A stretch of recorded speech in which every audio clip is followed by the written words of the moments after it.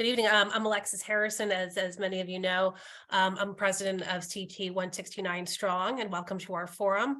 I'm also an elected member of the Fairfield Town Plan and Zoning Commission, and I'll be moderating tonight's conversation.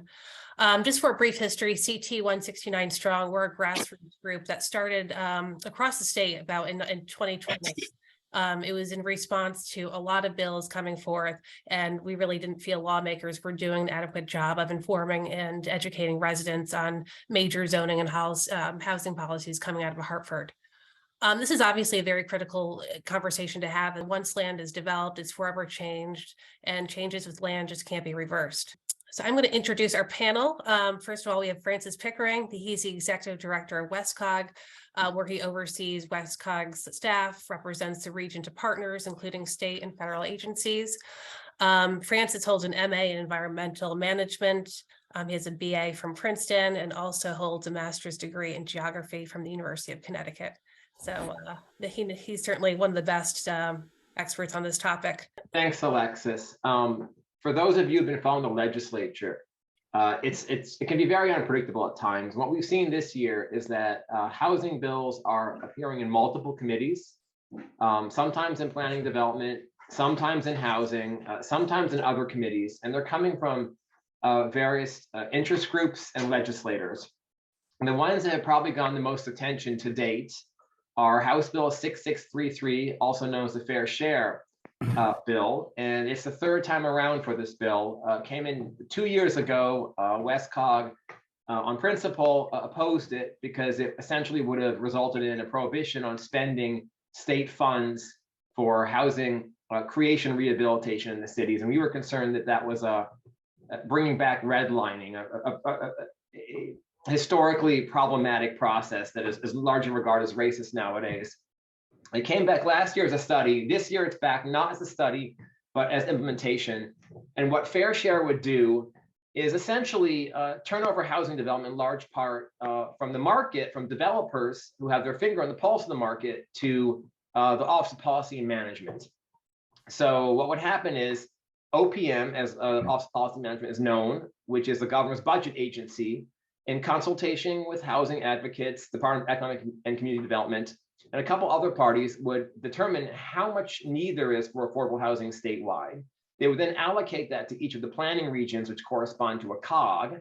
That would then be sub-allocated to a municipality. That would then be sub-allocated, broken down into how many units exactly at what price points, how many bedrooms, how old the tenants or residents are to be. It's really quite interesting. These people must be omniscient because they know exactly how many bedrooms at what age level and what price point are needed in every municipality, and essentially require municipalities to zone for that. If a municipality does not zone for that through what's called a fair share plan, then the municipality will be subject to default zoning, which would allow 20 housing units per acre in anywhere that has public water and sewer, or that a developer could build public water and sewer to, regardless of whether the sewage treatment plants and public water wells have adequate capacity to add that.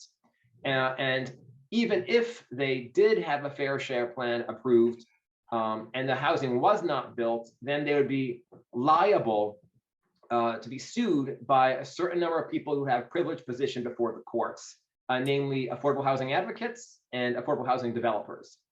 And this has happened in New Jersey. In fact, the Open Communities Alliance, which is promoting fair share, has pointed out that the result of these lawsuits or threats of litigation in New Jersey has been about nearly 50,000 units built at public expense, local taxpayer expense in New Jersey, and another 100,000 coming down the pike. Now, to be fair, there is a need for affordable housing, but the property tax is widely regarded as a highly regressive tax, regressive with respect to income. We have, depending on the measure, the second or third highest property tax bills in the country, just behind New Jersey. Our estimate is that this would actually increase our property bills to be neck and neck with New Jersey. Not a good place for Connecticut to be, given the impacts of the property tax on low and moderate income households, and also its adverse impacts on businesses and job creation.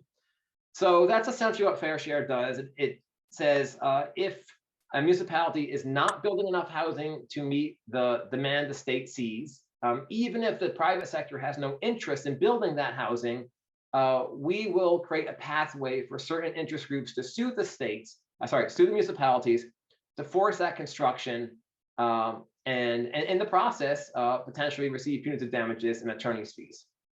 So that's what fair share is. Alexis, I can speak to other bills out there, but that's what's gotten most of our attention right now, as Alexis pointed out.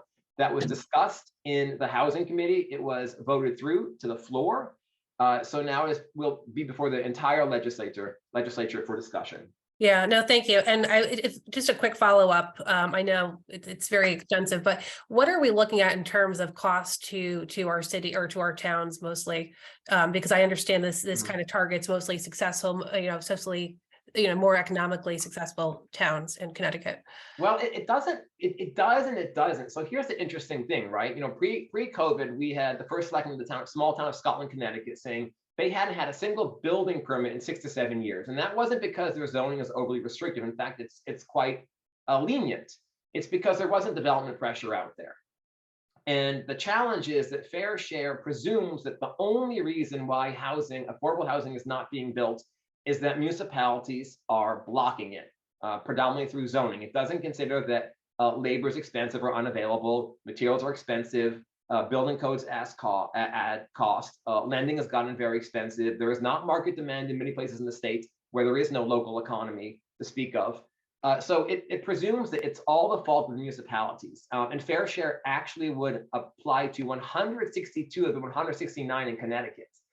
And the trouble with this is that if one of those municipalities, say Scotland, doesn't build housing, even market rate housing, because there's no demand for it, the Open Communities Alliance or one of their peers could sue the town, win attorney's fees, and force construction of housing for which there's essentially no demand.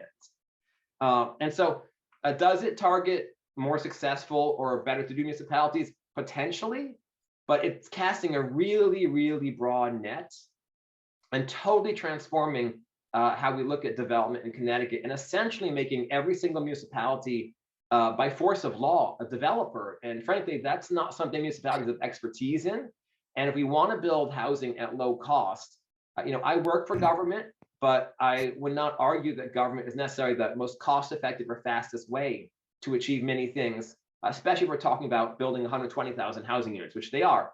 And when you do the math, that works out to between $30 and $60 billion of spending over a 10-year period, assuming that 50% of that has to be subsidized. So say private sector can bear half of that. The other 50% would be on local taxpayers' backs. That would work out to, on average, statewide, between a $1,300 and $2,600 annually property tax increase. Now, of course, how hard that falls would depend on the municipality. Where the cost of development is higher, it would probably be a higher tax increase. In percent terms, 20–25% property tax increase. If there is a need for this for housing for very low income people, and I believe there is, there are other ways to do this. For instance, this could be done through a very open and transparent method using a state or local housing trust fund and existing housing authorities, and building that out in the open and not through lawsuits against municipalities, and allowing a frank and open conversation statewide about where we need it and what should be built, and not this strange, elaborate scheme. Yeah, conversations. That's a novel idea. Thank you. I want to move to Maria Weingarten, co-founder of CT169Strong. Also, I know a numbers guru and sits on the board of finance in New Canaan. She's a longtime citizen volunteer, a member of the board of finance in New Canaan. She's also a former auditor with PwC. Can you give us perhaps an estimated range of what fair share would be on your town? Sure. Well, and if it's okay, it's up to you, but I'm happy to share my screen to kind of give everybody. I think after this meeting, I think would be helpful is if we share the spreadsheet that we've created, and then everybody can take a look for their town, compare it to other towns, and get a better perspective on all of this. So I'm just going to share my screen. So what I did was I took all of the 830G. When you calculate your 10%. They'll tell you the total housing units, they'll tell you how many points you have, and then you can see what your calculated percentages are. Then I went ahead to the Open Communities Alliance, that is the sponsor of this fair share concept in Connecticut, And then I pulled their data right from there. And in the bottom of the spreadsheet, you will be able to see the actual link to where you can pull down these numbers for yourself. So I pulled down what the fair share was that they allocated to every single town. They allocate fair share based on 4 different criteria. They include your town's grand list, your average income, the amount of multifamily units you have, and I'm trying to remember what the 4th one is. But they're most 3 out of, and the poverty level of the community. So that's how they come, and they first pick a region, a cog, and then they say that's going to be assigned within that cog, and then they break it down by town. So they've calculated these numbers. These are not numbers that I've calculated. This is what they've provided. And this is data that's been around for the last 2 years, that it hasn't changed as far as I know. So they haven't really talked about what the numbers are, but it's on their website. So anybody can go ahead and pull that data from their website. So then the next columns over, I took a look at and said, okay, how much would it cost, or how much if we had a developer come in? Because there's 2 ways of doing this. Either you build it for yourself as a town, or you can get a developer to come in. Now, odds are it would be a mix of both, but I've calculated your max impact either way. So if you had to do 100% of the development, or if you had to have a developer do it for you. Now, if a developer comes in to do it for you, they would expect to have some market value in there in order to pencil out the affordable, because otherwise they wouldn't be able to break even if they just had affordable. And there has been discussion during the meetings that they're requesting deeply affordable, which is at 30% and at 50%. And so some of that would be not likely to be built by developers. Those would definitely be the development of those units, those deeply affordable that are very specifically prescribed in this bill, would end up being saddling the towns. So here you have your totals. So if we look at Fairfield, and if you wanted to build, here we are. So you've got 2,604 units.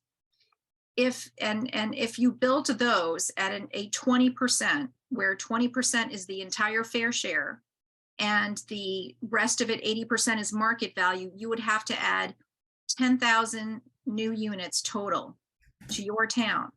And so the future housing stock of Fairfield would go from 22,000 to 32,000, a 46% increase in your total housing stock in your town. Now imagine the impacts that would have on your schools, on your sewer system. Like, none of this takes into account any of that when they've allocated these shares. And that's why it's onerous, because there are a lot of implications when you create high density, and they're requiring it within 10 years. So moving on, the next set of numbers are what it would cost for a town to develop their allocated fair share. So we took the 2,064 units and we multiplied it at the low end cost of 250,000 a unit, and at the high end cost of 450,000 a unit.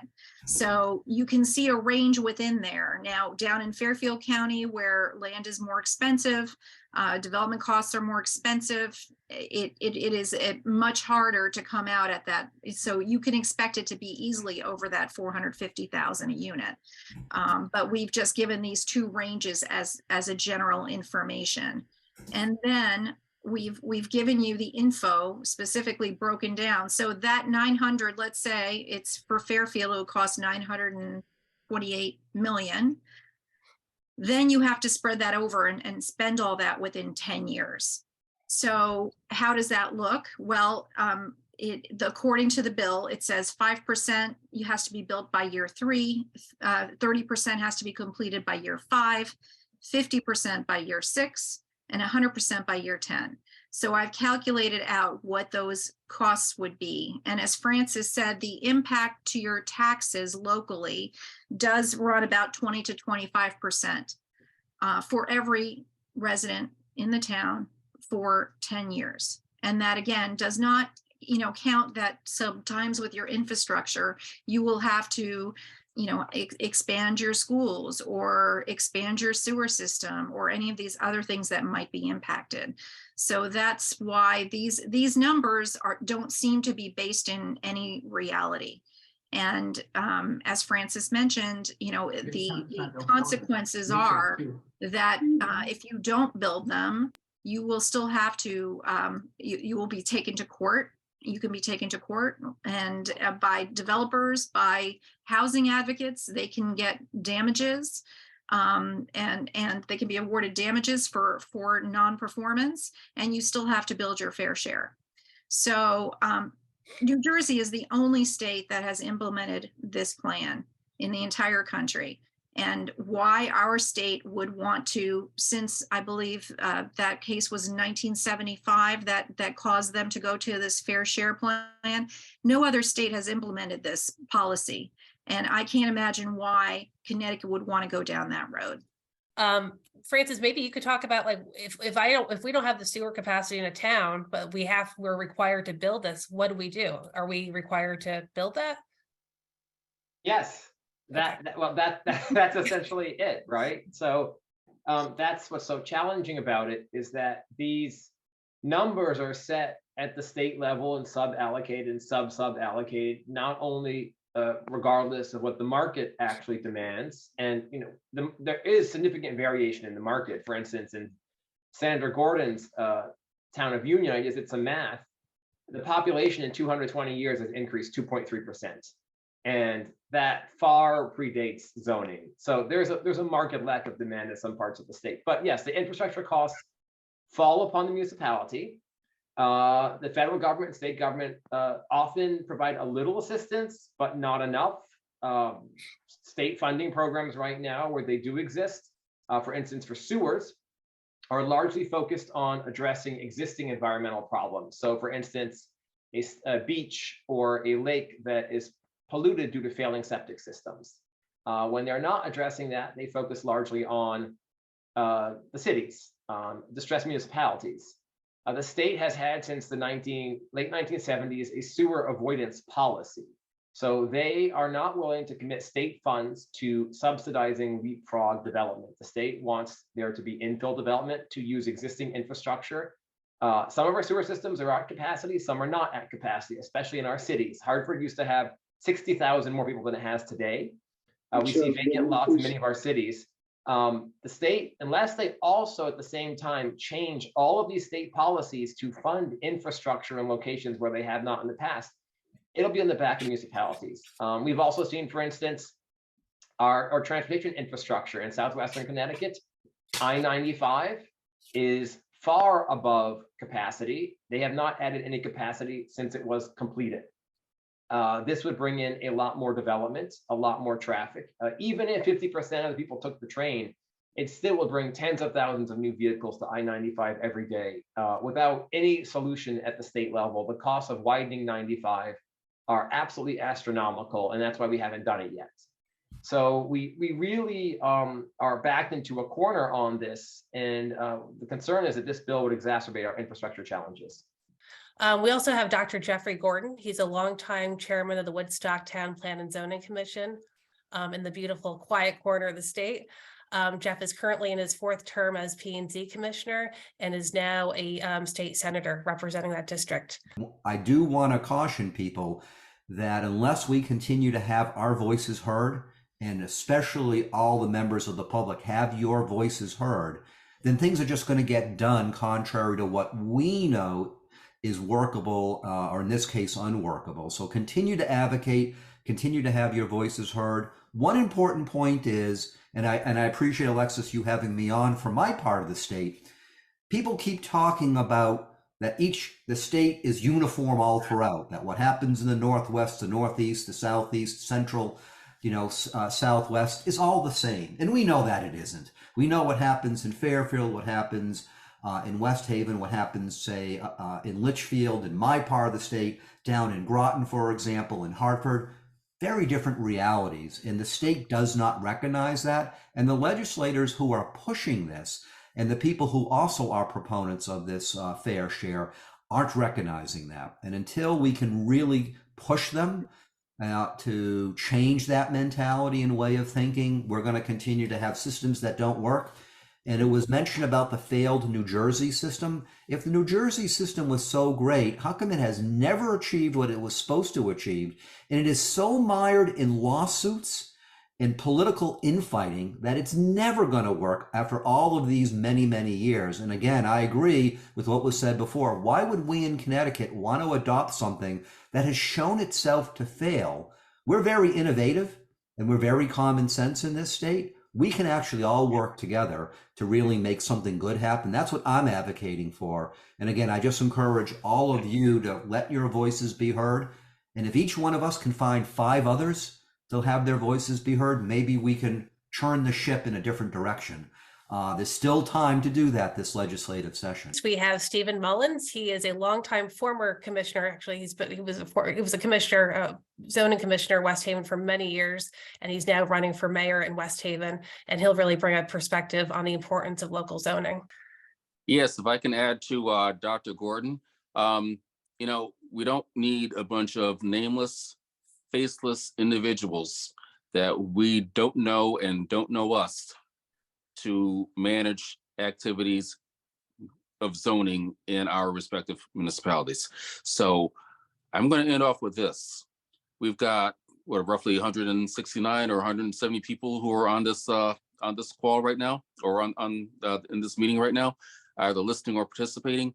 Well, I highly recommend that each and every one of you, like I've said to my own citizens in West Haven, to contact your legislator, your House member, your senator, and make sure you voice to them what your feelings are about this, because they have their jobs because of these citizens of the towns and the districts they represent.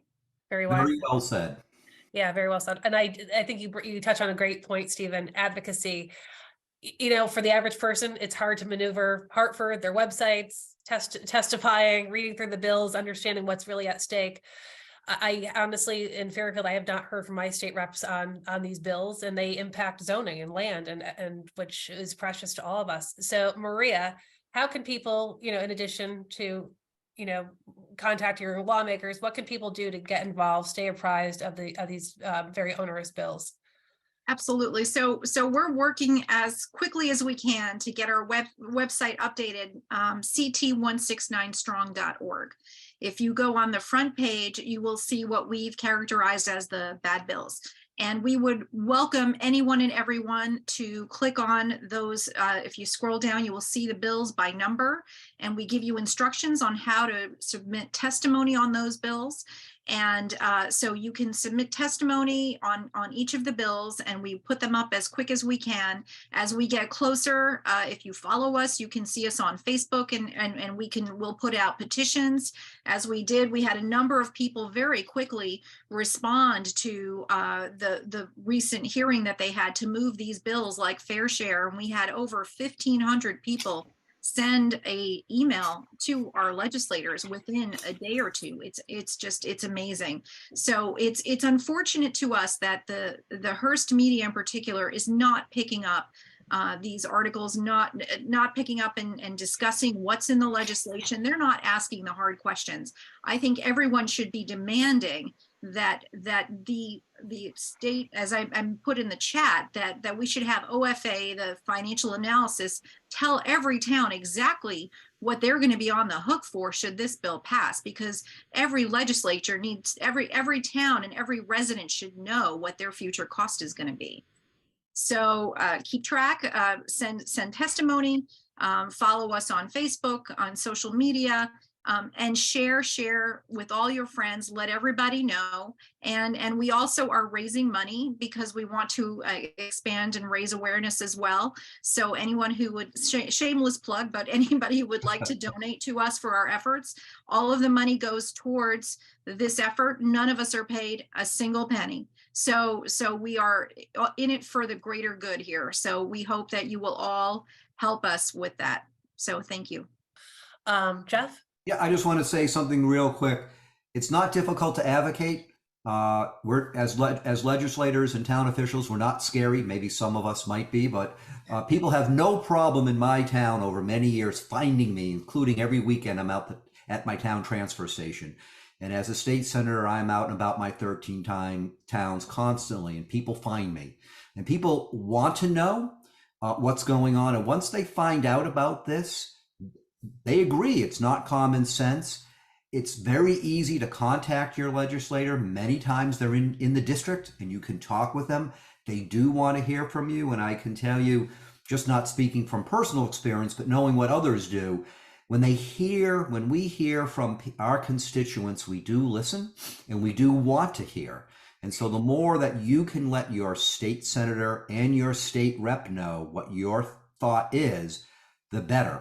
And it can't hurt to let them know more than once what your opinion is. I do agree there are some good bills out there, and I do want to congratulate that effort to try to move things in a good direction. There's the good and the bad, but one thing to be mindful of, and I say this a lot, Calvin Coolidge said this when he was Senate President of Massachusetts, that you spend more time fighting against bad bills than you do supporting good bills. So all the time we talk about the bad bills that are out there, it's because we need to, and there's a lot of them, but it doesn't take away the good work we should do to support the good bills and the good effort.